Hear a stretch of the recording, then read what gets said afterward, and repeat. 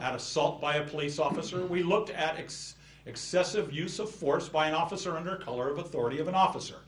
We looked at these penal code sections as the ones that, does it fit? Do the events that occurred there fit? And that's where the documentation that's available to you covers that, because my decision, which is already out there, you know it, is that in this case, I have found that the 4 deputy sheriffs and the sheriff sergeant did not violate any California penal code law in their conduct back on that day. That includes all of these statutes. This has nothing to do with a civil suit. This has nothing to do about could there be other ways it could have been done.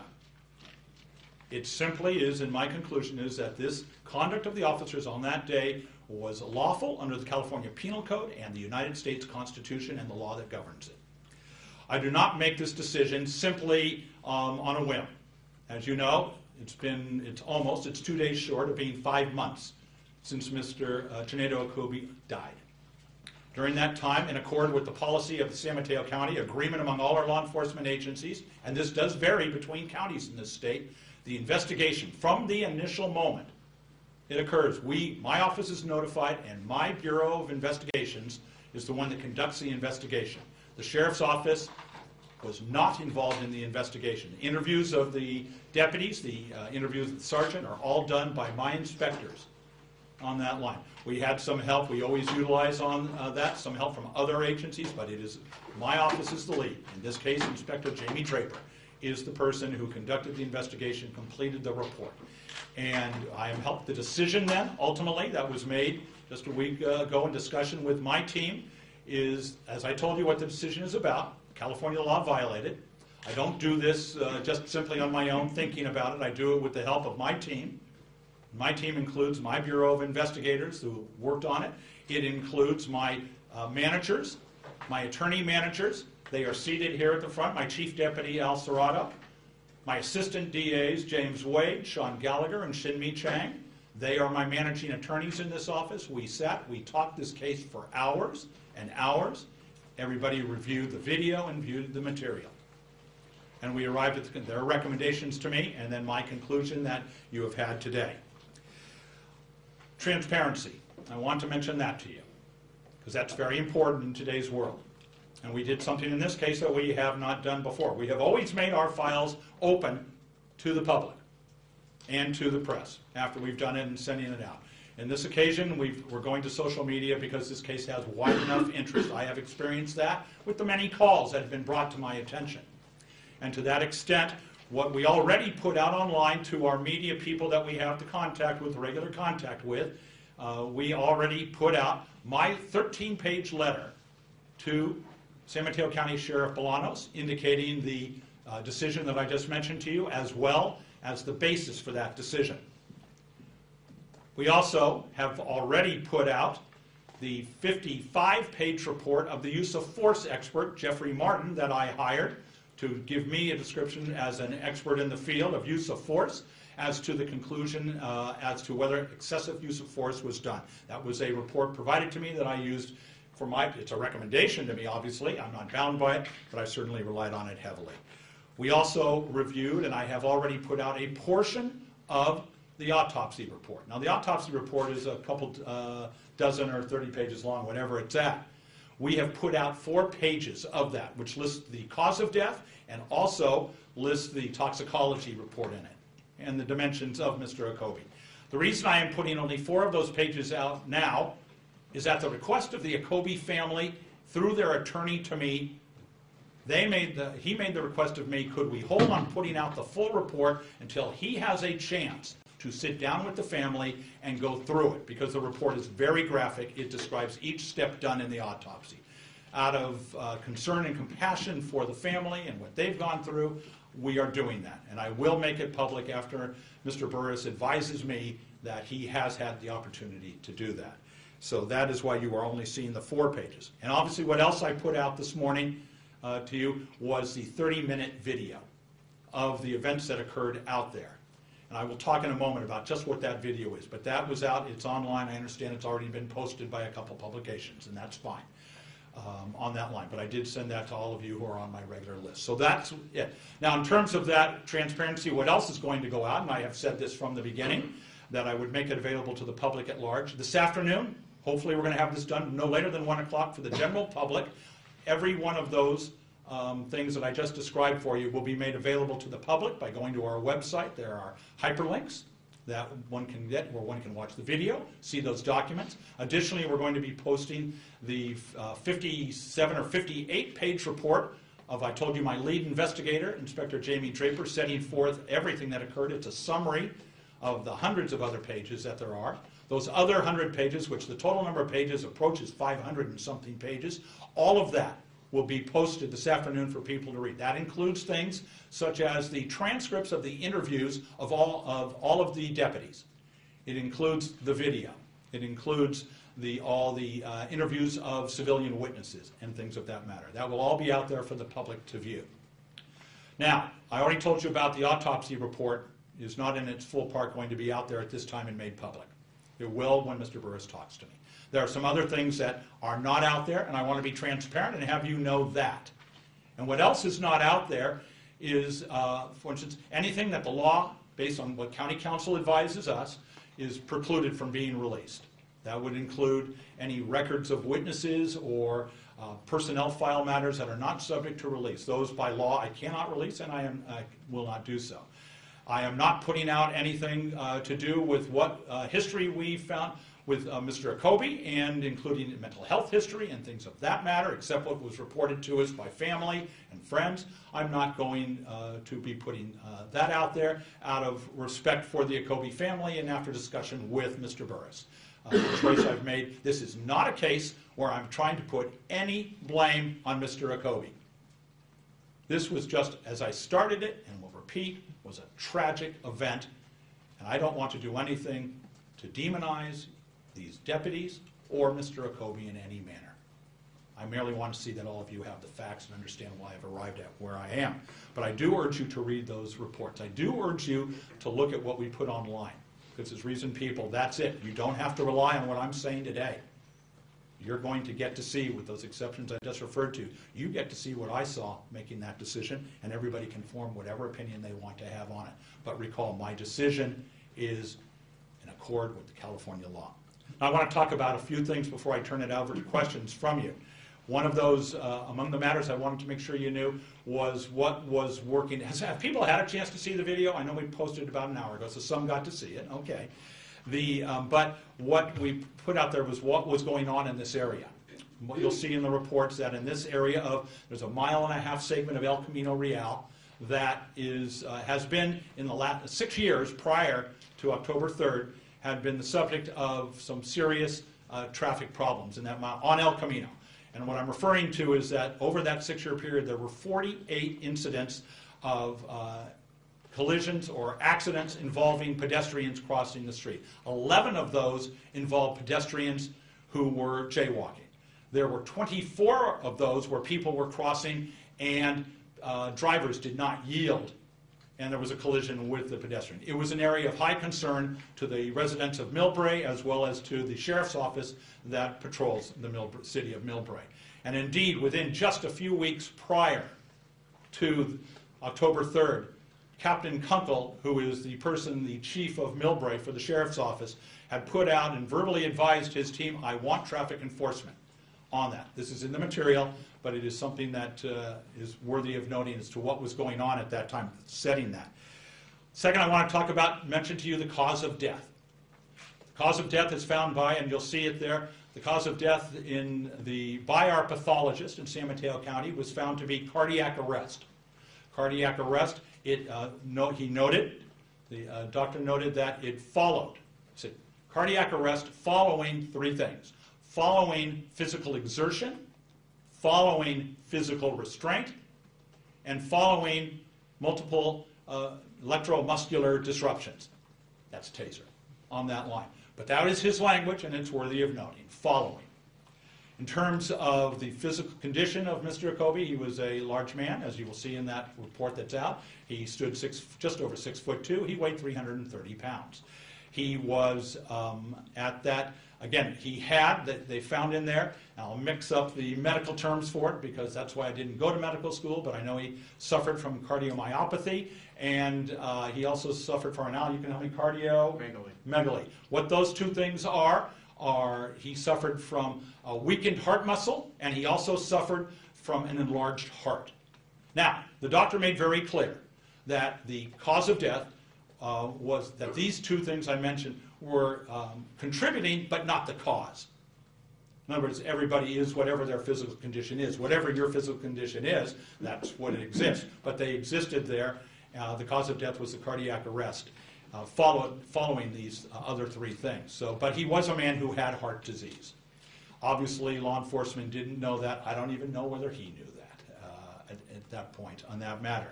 So that is the cause of death that was listed, and as I said, you can see that. I want to talk about the video that you got to see.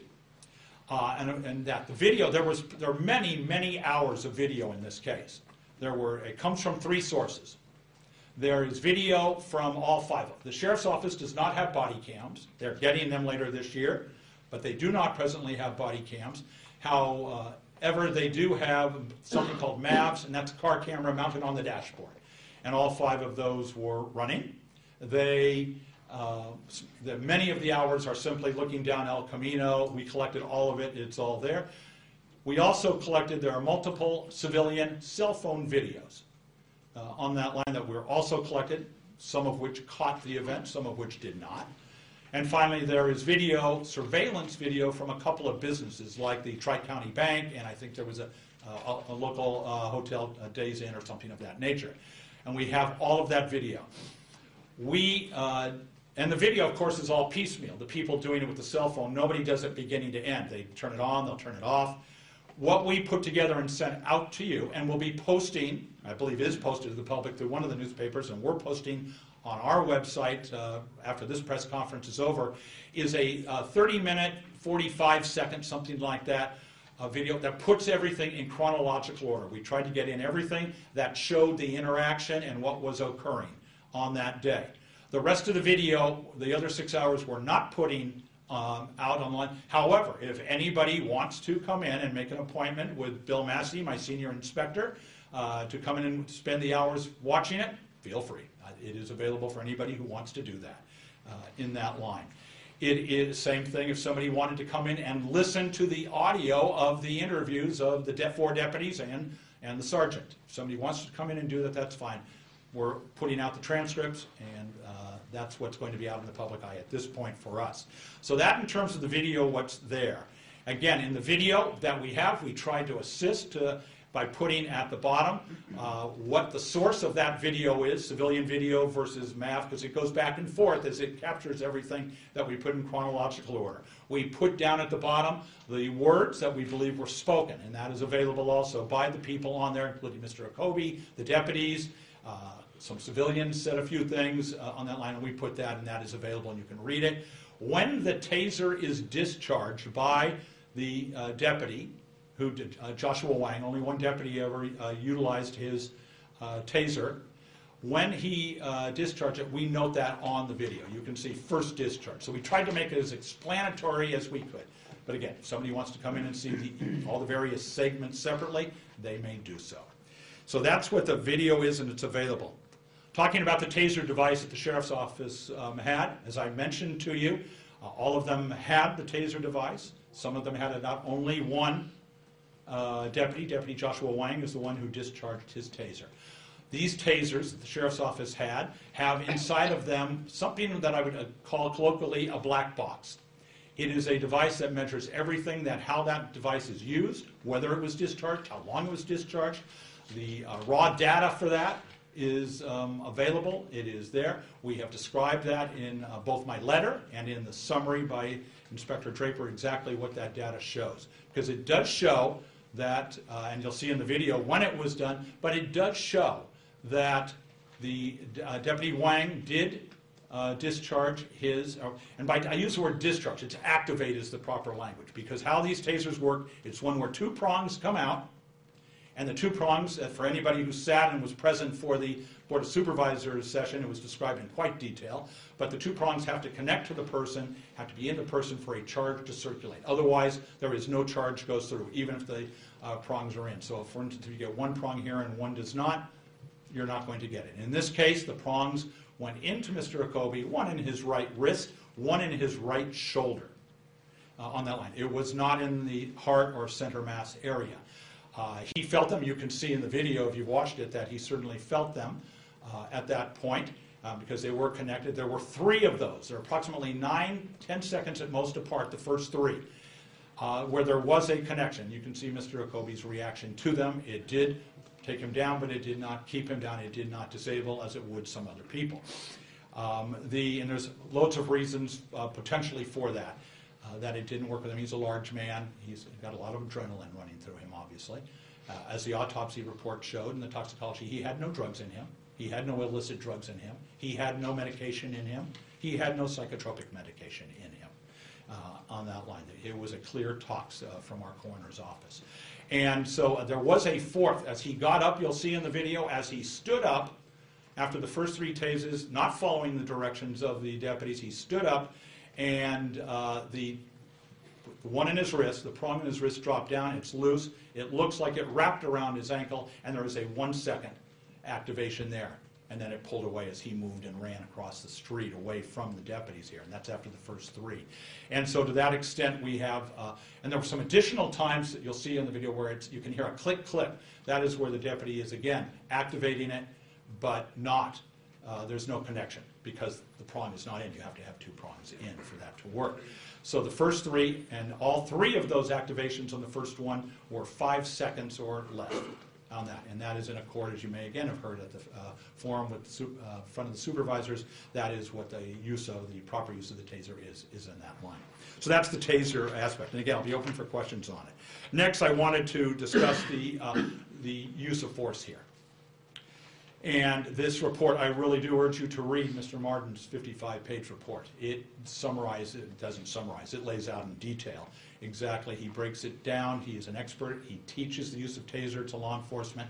He broke it down into the 4 time frames. He broke it down to the initial effort of Deputy Wang to stop him because Mr. Okobi had, as you'll see on the video, and we drew circles around Mr. Okobi or highlighted his position throughout the video so you're not guessing where he is. It's very hard to see that. But clearly the first time Deputy Wang sees him, at Millwood and El Camino, he crosses El Camino. It's against the light. You can see the green light for the direction the deputy's traveling. He's crossing there. He's also crossing where there is no crosswalk.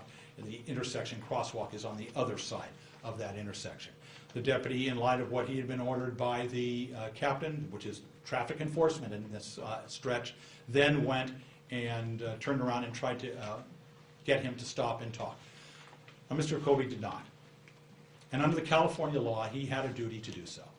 As I told you a moment ago, I'm not trying to put blame on anybody, certainly not Mr. Chinedo Okobi, but he was not doing what California law required, and the deputies, therefore, in this first stretch, as Mr. Martin points out very in detail, was committing a violation of California law, both the infractions for crossing the street, and more importantly, when an officer tells you to stop pursuant to California Penal Code Law 834A and 835, a person has a responsibility to obey a proper law enforcement officer there. So that was what was involved there.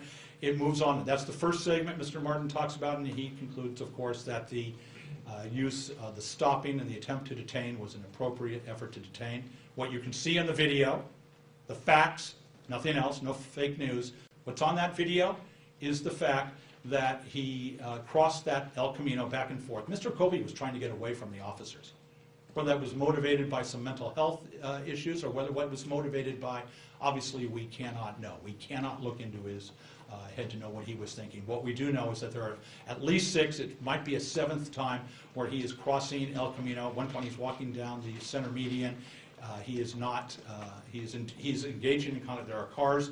Nobody has to screech to a halt, but there is traffic being stopped, slowed down. El Camino Real, for anybody who knows our county, is a well-traveled street, and that's what was occurring on that day. The second phase he talks about is where The second officer, deputy, arrives, and they make the effort to detain and arrest him. And he resists that. You can see that, and that's where the taser is used. They warn him the taser is going to be used. That's standard procedure, to warn that you're going to be tased in the effort that you would comply.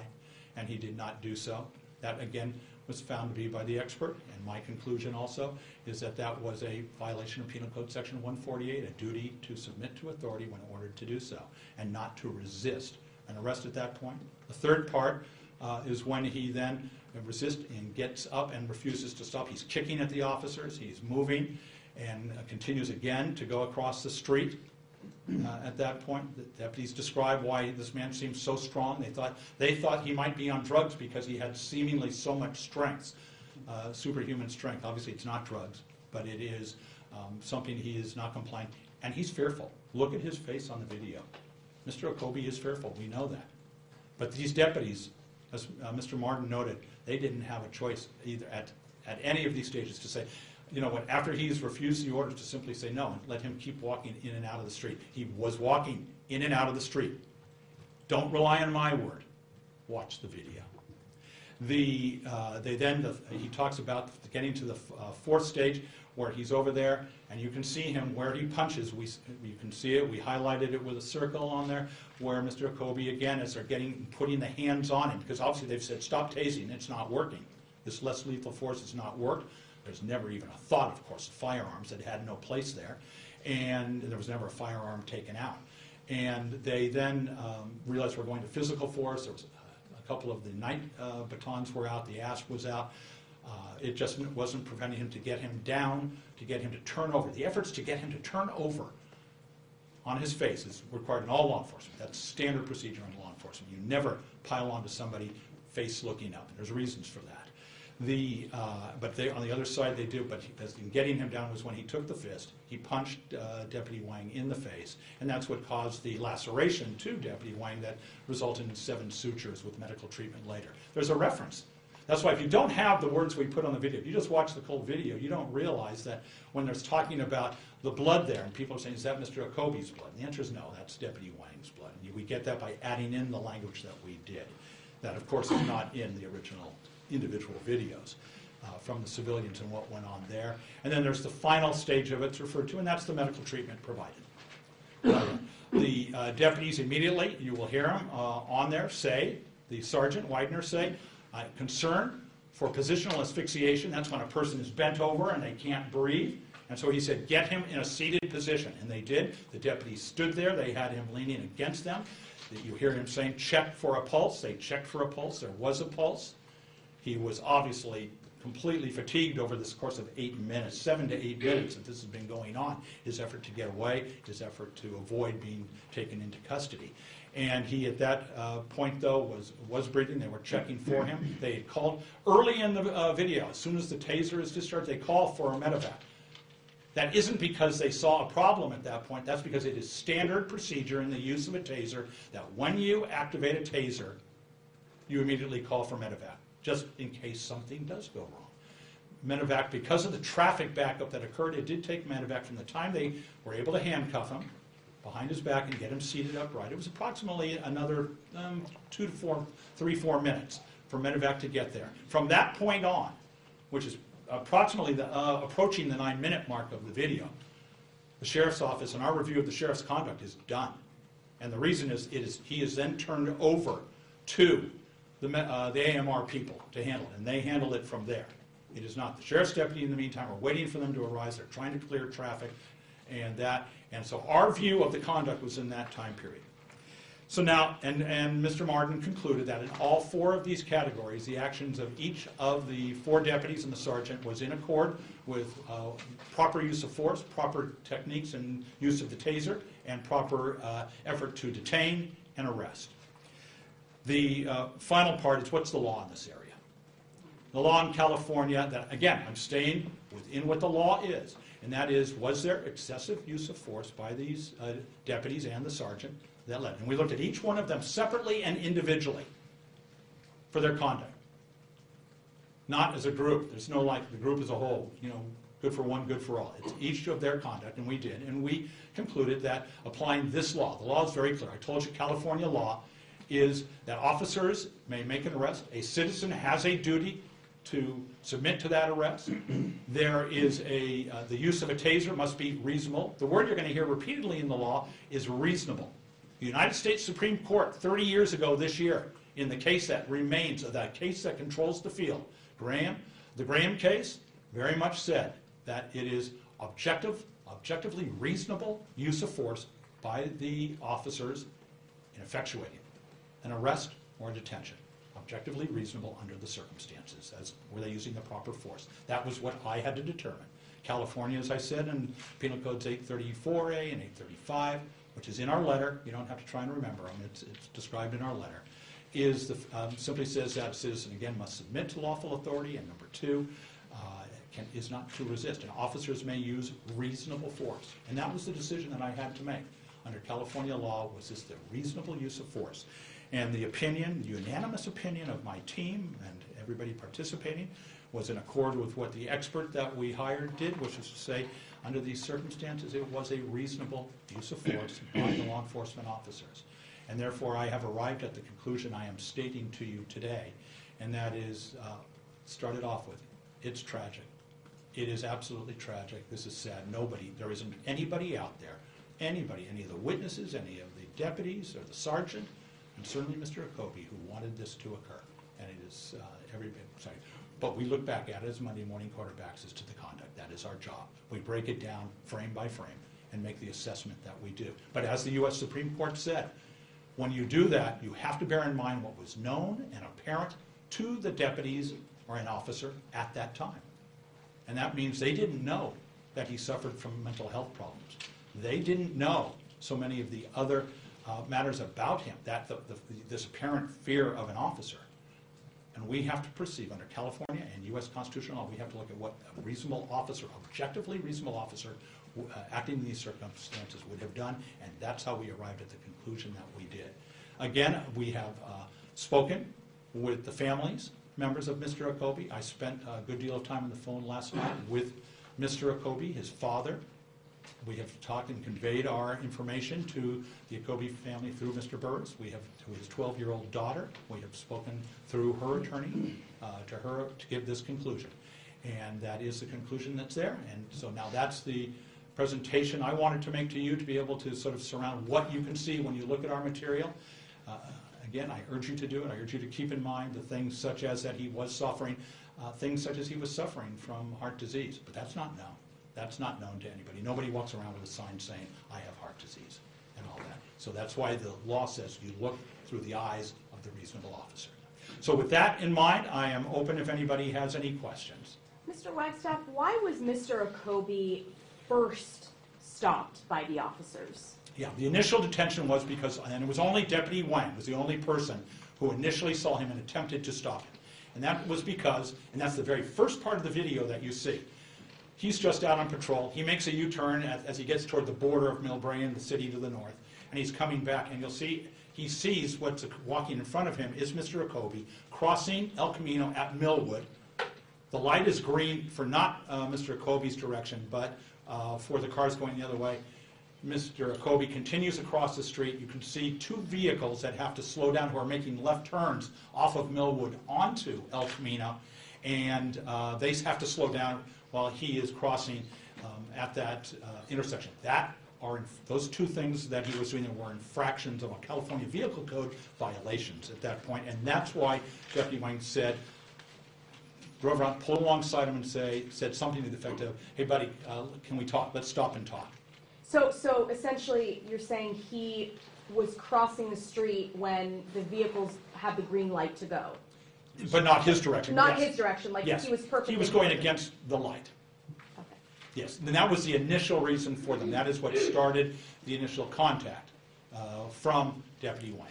So, to answer your question, that's what started. So if he would have been detained, he would have been arrested for resisting arrest and taken in and housed? On that initial part, or you mean after it's all rolled through, after he's gone back and forth across the Let's just say that he survived and he would have been arrested. He would have been, yeah, yes.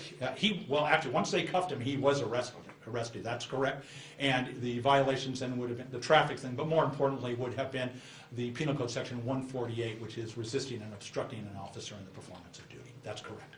understanding that you can't order a moratorium on tasers, do you think that law enforcement in the county, just in your opinion, should stop or reevaluate their use or reevaluate their policies for how they're used? I would say maybe the latter, and I've said that. I think I've said that from October on, which is I think the use of the taser needs to be studied.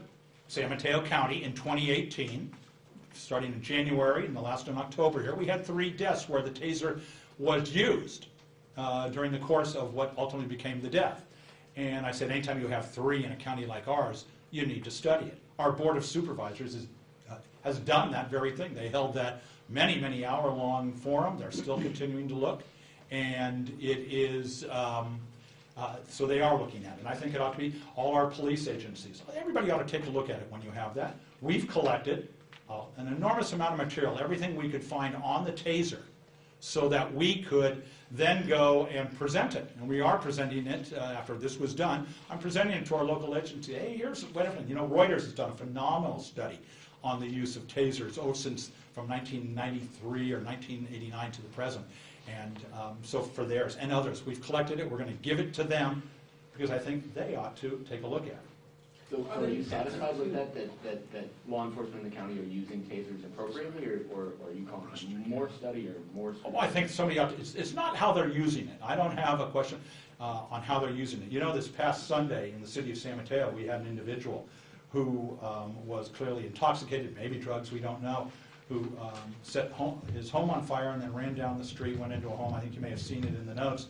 And they eventually, and then grabbed the homeowner. Eventually they were able, San Mateo PD came under control with the use of multiple uses of the taser. And he's fine, and that's fine. So the idea of the taser, giving the police something other than lethal force, should be in the entire society's interest. There can't be anybody who says don't do it. Our key is that we get one that keeps our citizens healthy. And we know that tasers are used many thousands of times every year in this country. And so it's just, but studying it, of course, we should always study every day. Don't we all do that every day? We sit and we say, what did I do today? Am I doing it the right way? And we try to improve that way. So I would say yes. As you put all the facts on the scales and you try and determine what's reasonable, if the officers had tased him more than the 3 times that they did, twice that or 3 times that, would that have tipped the scales in your opinion? I would say to you, it would depend. If you tell me they tased him 50 times, that would be a different matter. Where the limit would go, I would need to talk to experts in the field to find out. I mean, to what role it played. You know, I mean, even the coroner's office, the pathologist, there's no physical signs. When I gave you that cause of death, which was cardiac arrest following physical restraint, physical exertion, and that, there are no visible signs. That's on reported history, because unlike if you and I went out and grabbed a live wire, we would have burn marks all over us. With a taser, there's nothing that one sees in the autopsy that says, oh, this is what occurred here, and I can give it this percentage. So it's a hypothetical I really can't answer. Given that the underlying offense was jaywalking, I know that you said that this is tragic. Even if it wasn't a crime, is there some feeling that perhaps the officers could have exercised greater discretion or restraint, that at the end of the day, someone died, in essence, for what began as an interaction over jaywalking? Your question's a good one, and the answer to that for me is not my function. We both know that. I start, finish, and throughout the middle say my function is to determine was a violation of law. Whether or not that was a good practice to do, the San Mateo County Sheriff, Carlos Bolanos, will assess whether there's a better way to do it. Could they have just let him walk away? But once he's walking back and forth across traffic, I will express this opinion.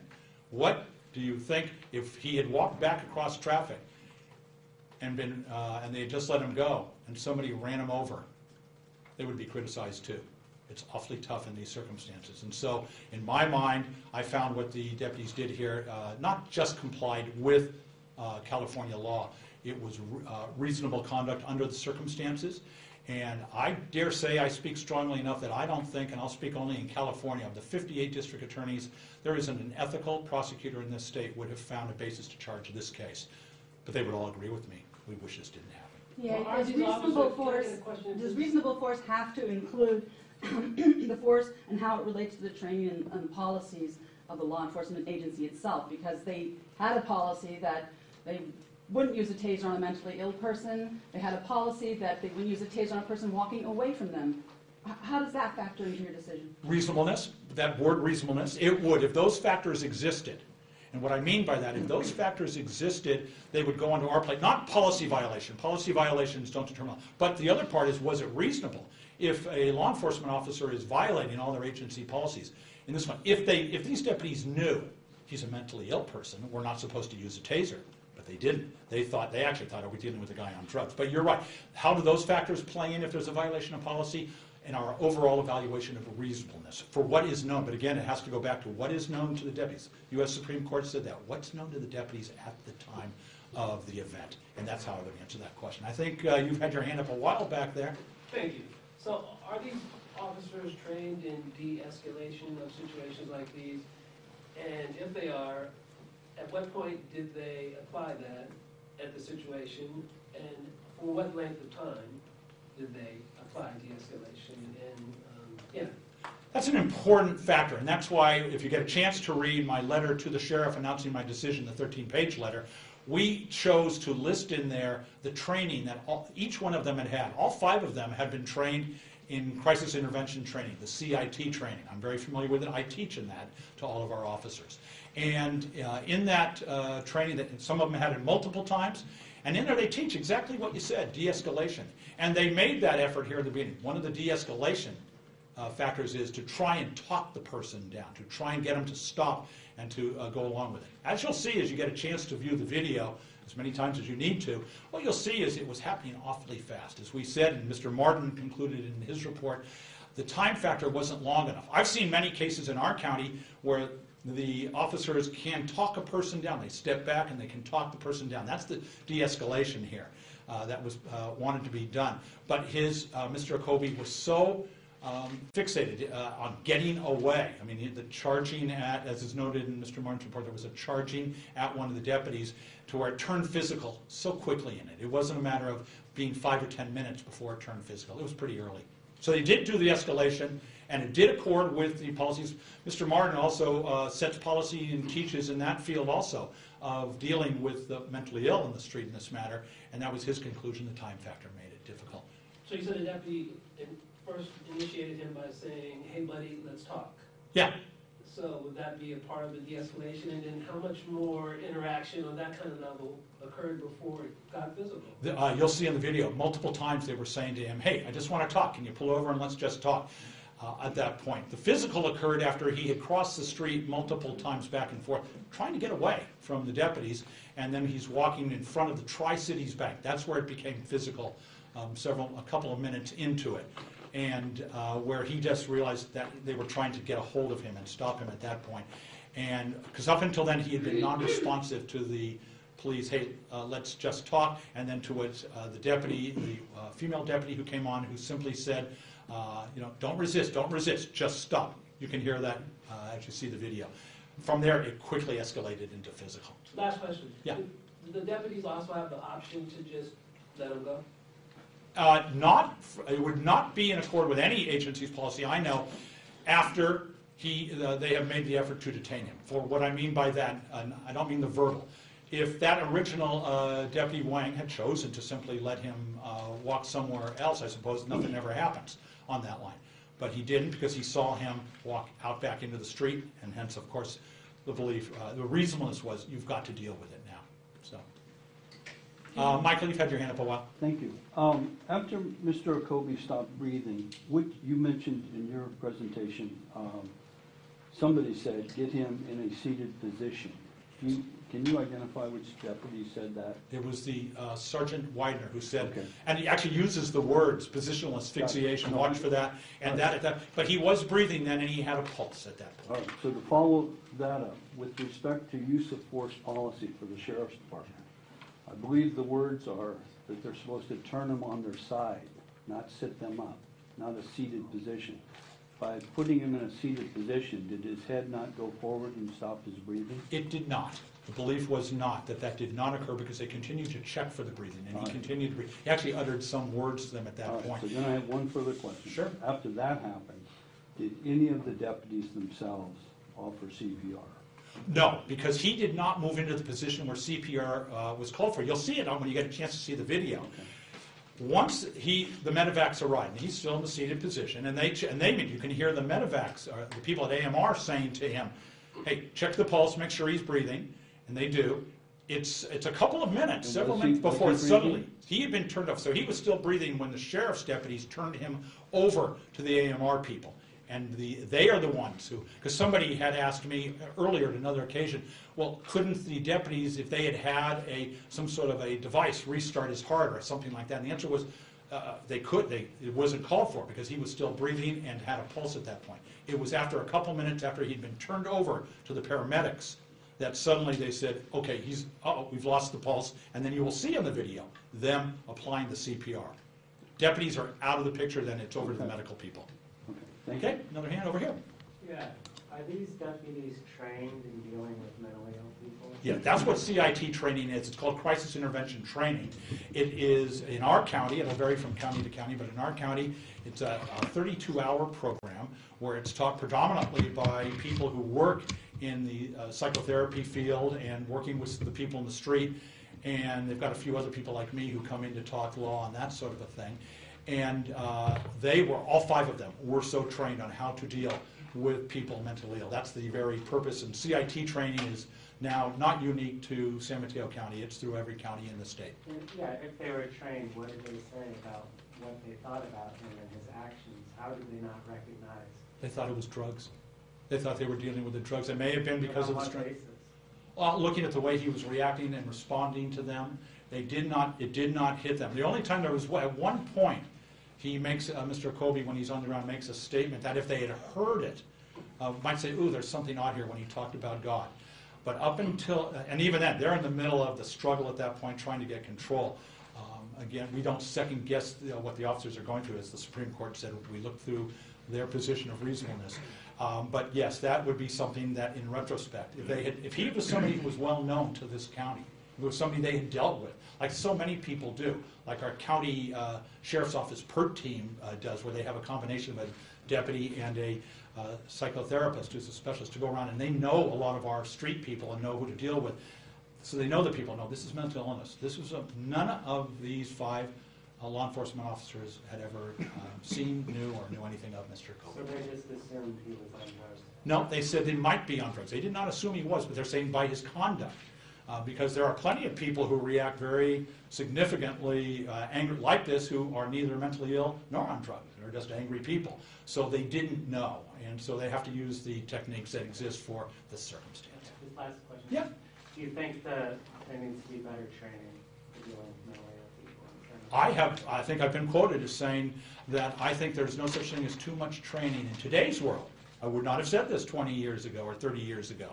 But I said with now what's occurring in our county, every county, it's a problem not for law enforcement, it's a problem for all government agencies on how we deal. In our court system, we're constantly dealing with a plethora of cases involving the difficulty of the mentally ill. So I think all we can continue to do is work on trying to train all of us in how to deal with the mentally ill. We work on it in my office to make sure how we properly evaluate cases, to make sure we take that as a factor into account. Thanks. Pretty small. Is there anything in the penal code or case law that limits the use of force on a person who has a mental illness?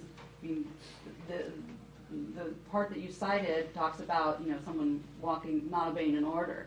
If that person doesn't understand an order, is there anything in the law that protects them? No. By protects them, I wouldn't use that phrase. And what I would say, is there anything that guides the conduct of the officer? If an officer were to know it's somebody who's mentally ill, that's why they use the broad phrase, it has to be reasonable. And so it would depend on the circumstances. Was it reasonable if the deputy were to have known this is a man who just wants to get away from law enforcement? His life experience or whatever it is he doesn't want to, and you'll see that on the video, he just wants to get away from law enforcement. And what does that mean? That would go into the reasonableness. But like a specific, when you're dealing with somebody who's mentally ill or you're dealing with somebody who is intoxicated on alcohol, drugs, or whatever, no, they just keep it on the broad stretch because otherwise we would have too many alleyways to go down and trying to define conduct. So no, there's not. And the flip side of that is, what would you have to have found these deputies did in order to consider them, not having used reasonable force or being unreasonable? Well, what I heard. level of force would that be? Yeah, I could use as an example if somebody used a taser You'll hear in the video that the sergeant said, no more, put the taser down. Because he recognized after these 3 activations, it wasn't having any effect. If one said, I don't care, I'm going to keep doing it, I'm going to do it 10 times, even after he's been told it's not working, that's unreasonable. And reasonableness is obviously it's a term that obviously I interpret as the district attorney, but a jury interprets as they do. But that is sort of example. If instead if there was anger there, if you look at them and watch their conduct, you don't hear them cussing at him and saying, you know, you blankety blank blank. You don't see them taking out their nightstick. They did take out pepper spray. And you know what? 2 of the deputies got pepper sprayed and they had to almost pull back. They had to pull back out of it. Because it was, don't do pepper spray when you're in close quarters, because you're going to get that mist in your eyes. And they did that there on that line. And so it's looking for the tool. They were looking for the tool. The ultimate conclusion in a very tight time frame, as you'll see, is the sergeant is, okay, we just have to do it by doing the physical force. They didn't use it earlier because Mr. Kobe was such a large and powerful man. And it's, again, sad, but that's the answer to that question. Yes?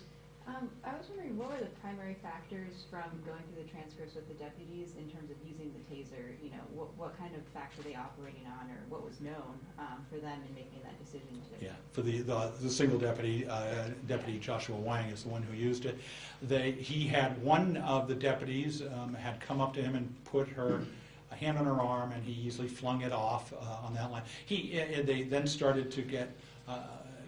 Trying to get closer to him, and he was pushing out, kicking out at them at that point. This is long before the punch. I don't want to imply it's at the punch. That came after taser was done. But they just said, you know, what are we going to do? We keep putting our hands on him. We're not going to be able to get him, was their feeling at that point. So they said, let's go to what they hope would be a non-lethal tool, and that's the taser. And that's why they did it. It was done, activated and completed 3 times, a little bit of a 4th. Didn't have the outcome. It didn't happen, and that's when they realized we got to go to the force. Yeah. And perhaps we're looking for a simple answer to something that is far more complex, but you kind of listed a number of factors that contributed to his death: exertion, restraint, the use of the taser, some underlying medical conditions. Is there any way to better understand how directly or to what extent the taser specifically contributed to his death? It's an excellent question. We asked that very question of the pathologist in our coroner's office, and we were told, under today's science, no, because it doesn't leave, you know, a stab wound, a gunshot. It leaves a track and a trail that you can medically make a determination about what impact it had on a body. They cannot. That's why they do not list it as a cause. They list it simply as following these 3 things, and so leaving the inference for it, because there's nothing the doctor can see that could answer. So if that answer we could get, it would make that job much easier for me to know as to what role the taser played.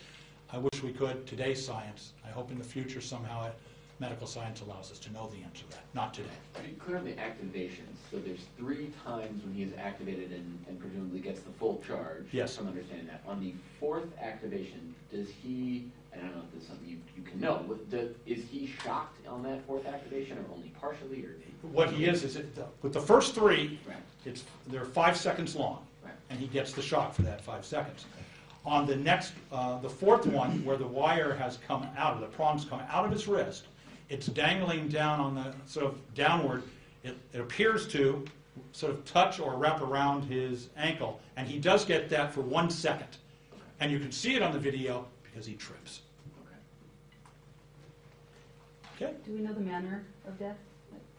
Or is that to be determined? By manner of death, you mean? Homicide? The coroner of this county labeled this as a homicide on the basis that under their coroner's language, they do list it as homicide occurring during interaction with other individuals. There were questions raised about the model of the taser that was used in this case, and whether there was a newer model, or there being a newer model of taser that maybe had different safety features. Was that something that you covered in your review, and do you make any judgment as to whether the model that was used is unsafe? The model that was used is not unsafe. I have arrived at that conclusion. However, and we detail in our report that by unsafe, what I mean is that it is being used. There's no product defect in it, in that line in terms of what it is to do. Obviously, I don't want to say he says it's a safe tool type of a thing. Please don't misunderstand me. But comparing to new ones and others like that, we list in our report very detailed what this taser is, how we broke it down to what it did. But comparing it to the brand new ones, no, that was not our function, nor did I do so, or my team do so in the report. Does your list have your report have the voltage? Yes, I believe that's it. Isn't that out? That voltage is there. Yeah, I believe that is in there. You haven't had a chance yet, yes? Was the video that was released, is that the same video you showed the family back in November? It's the same video, however, not put in chronological order. Back in November, we didn't have that video. We did that in preparation